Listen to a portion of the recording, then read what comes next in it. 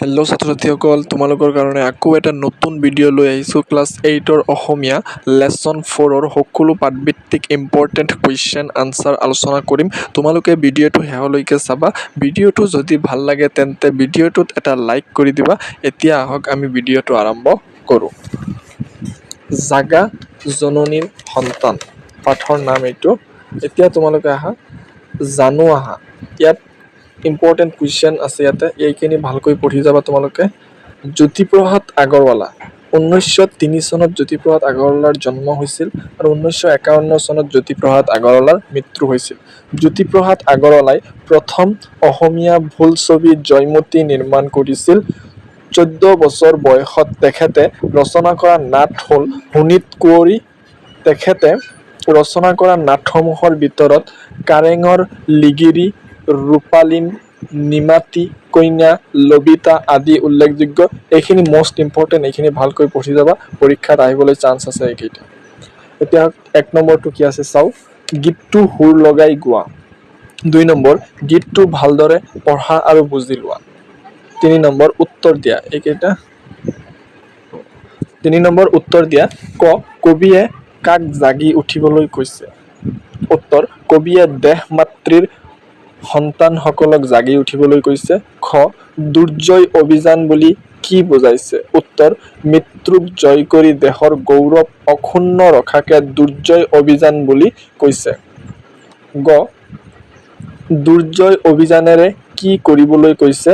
উত্তৰ, দুৰ্জয় অভিযানেৰে মৃত্যুক গচকি দেশ মাতৃৰ জয় জিনি আনিবলৈ কৈছে। গহ, জননীৰ সন্তানক কিহে দুৰ্বল কৰাৰ কথা কৈছে? উত্তৰ, কৰ্মহীনতা আৰু কাপুৰুষতাই জননীৰ সন্তানক দুৰ্বল কৰাৰ কথা কৈছে। ঙ, তথাপিও নাই ভয় বুলি কিয় কৈছে? উত্তৰ, দেশৰ প্ৰতি থকা গভীৰ দায়িত্ববোধ আৰু ভালপোৱাৰ আগত কৰ্মহীনতা, কাপুৰুষতা আদি তেনেই তুচ্ছ হৈ যায়। সেয়েহে কবিয়ে স্বদেশ প্ৰেমীসকলক তথাপিও নাই ভয় বুলি কৈছে। প্ৰতঞ্চ কাৰ ভয় নিনাদত শক্ৰু কম্পমান বুলি উল্লেখ কৰিছে? উত্তৰ, স্বদেশপ্ৰেমী জোৱান সকলৰ জয় নিনাদত শক্ৰু কম্পমান বুলি উল্লেখ কৰিছে। দ্বিতীয়চ, আপোন পাহৰা বীৰক কি বুলি আখ্যা দিছে? উত্তৰ, আপোন পাহৰা বীৰক দুৰ্ময় বীৰ অজয় নৱজোৱান বুলি আখ্যা দিছে। 4, গীতটোৰ বুজি নোপোৱা শব্দবোৰৰ অৰ্থ, শব্দ সম্ভাৰ আৰু অভিধান চাই জানি লোৱা। এইকেইটা, এইটো ইমান ইম্পৰ্টেণ্ট নহয় 4 নম্বৰটো। এতিয়া 5 নম্বৰটো চোৱা কি আছে। জাগা জননীৰ সন্তান গীতটোৰ মূল ভাৱ লিখা। উত্তৰ, ৰূপ কোঁৱৰ জ্যোতিপ্ৰসাদ আগৰৱালা দেৱে ৰচনা কৰা জাগা জননীৰ সন্তান গীতটো এটা দেশ প্ৰেমমূলক গীত। দেশ মাতৃৰ আহ্বানত দেহে দেহে যুগে যুগে সকলো সংখ্যা আঁতৰাই সুসন্তানসকল নিজ কৰ্তব্যৰ পথত আগবাঢ়ি গৈছে। স্বদেশ স্বজাতিৰ উন্নতিৰ অভিযানত কৰ্মহীনতা অথবা কাপুৰুষতাৰ কোনো স্থান নাই। দেশৰ প্ৰতি থকা অপৰিসীম ভালপোৱাই মানুহক শক্তিশালী কৰি তোলে, জগাই তোলে অন্তৰৰ সাহসী সত্তাক। আপোন দেশক ৰক্ষা কৰিবলৈ, মাতৃৰ সন্মান অক্ষুণ্ণ ৰাখিবলৈ কোনো ক্ষেত্ৰতে নীতি স্বীকাৰ নকৰা নৱজোৱানসকল দেশৰ ভৱিষ্যত সুৰক্ষাৰ প্ৰহৰী।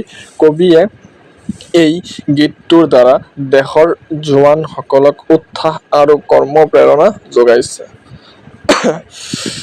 6, বাক্য ৰচনা কৰা। উত্তৰ, শক্তিমান। শাৰীৰিক আৰু মানসিকভাৱে শক্তিমান হলেহে মানুহে সফলতা অৰ্জন কৰিব পাৰে। কাপুৰুষ লোকে নিজৰ মান ৰক্ষা কৰিব নোৱাৰে। নিনাদ, বিজয়ী পক্ষৰ জয়ৰ নিনাদত শত্ৰুপক্ষ কম্পিত হৈ পৰিছিল। অজেয়, দেশ মাতৃৰ ৰক্ষাৰ বাবে যুদ্ধ কৰা প্ৰতিজন জোৱানেই একোজন অজেয় বীৰ। অভিযান, লাচিতে নৰিয়া গাৰেও মোগলৰ বিৰুদ্ধে যুদ্ধৰ অভিযান চলাইছিল। 7, সন্ধি গঠন কৰা আৰু ভাঙা। উত্তৰ, দেৱ প্লাছ অসুৰ = দেৱাসুৰ। কুশ প্লাছ আসন কুশাসন। বিদ্যা প্লাছ অলংকাৰ = বিদ্যালংকাৰ। দহ প্লাছ আনন দহানন।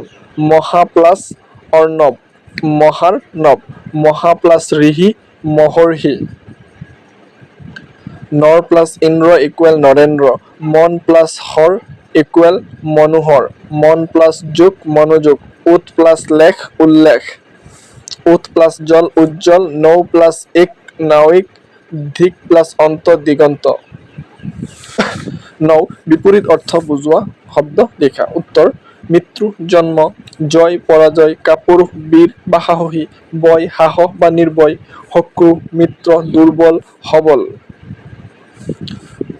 10 তলৰ শব্দবোৰৰ সমাৰ্থক শব্দ লিখা। উত্তৰ মৃত্যু মিন্স মৰণ বা স্বৰ্গ গমন, জননী আই বা মাই বা মা বা জন্মভূমি, সন্তান সতি সন্ততি বা ল'ৰা ছোৱালী, ভীৰ বলৱন্ত বা সাহসী, নিনাদ ধ্বনি বা শব্দ। 11 এটা শব্দত প্ৰকাশ কৰা। উত্তৰ সাহস নথকা মানুহ, কাপুৰুষ বা বীৰু। খ জাকৈয়েৰে মাছ ধৰা মানুহ, জাকৈয়া। গ যাৰ শক্তি আছে, শক্তিমান। গহ যাক জিনিব নোৱাৰি, দুৰ্জেয়। 12 তলত দিয়া বিশেষ্য পদবোৰক বিশেষণলৈ পৰিৱৰ্তন কৰা। উত্তৰ বিশেষ্য বিশেষণ। মান মানি, দুৰ্বলতা দুৰ্বল, দৰ্শন দাৰ্শনিক, দুখ দুখী, মানৱ মানৱতা। 13 বাপ বহলাই লিখা। সাতোৰ সাতোৰ, নিজ বাহুবলে, সাঁতুৰিব নোৱাৰিলে যা ৰসাতলে। উত্তৰ সাঁতুৰিব লাগিলে নিজৰ দুবাহুত বল থাকিব লাগিব, কাৰণ নিজৰ বাহু আৰু ভৰিৰ সহায়ত সাঁতুৰিব পৰা যায়।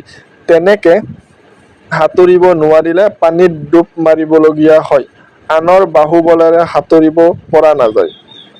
এই কথাষাৰৰ পৰা ইয়াকে ক'ব বিচাৰিছে যে জীৱনত যদি মানুহে কিবা এটা কামত সফলতা লাভ কৰিব বিচাৰে, তেনেহলে নিজেই তাৰ বাবে কঠোৰ পৰিশ্ৰম কৰিব লাগিব। আনৰ সহায়ত তেনে সফলতা আশা কৰাটো একেবাৰে নিষ্ফল। 14 জ্যোতিপ্ৰসাদ আগৰৱালাৰ এটি গীত সংগ্ৰহ কৰি গাবলৈ অভ্যাস কৰা। উত্তৰ জ্যোতিপ্ৰসাদ আগৰৱালাৰ এটি গীত সুবিধাৰ্থে তলত উল্লেখ কৰিলো গীতটি গাবলৈ অভ্যাস কৰিবা। তোমালোকে লিখিবা অভ্যাস কৰোঁ। নুপুৰে মাতে ৰুণ-জোণ, নুপুৰে মাতে ৰুণ-জোণ, নুপুৰে মাতে। সখী যাবৰ বেলি আমাৰ হিয়াখনি, বিষাদে ছাতে। চলে চলি চকুতে, সখী চকু পানী নাতে। যোৱা সখী দিছো বিদায়, যোৱা সখী দিছো বিদায়। মনতে ৰাখিবা সদায়, এৰানো কি হতে, সখী এৰানো কি হতে। 15 জ্যোতিপ্ৰসাদ আগৰৱালাই ৰচনা কৰা নাটক কেইখনৰ নাম লিখি তাৰে এখনৰ কাহিনীটো চমুকৈ লিখা।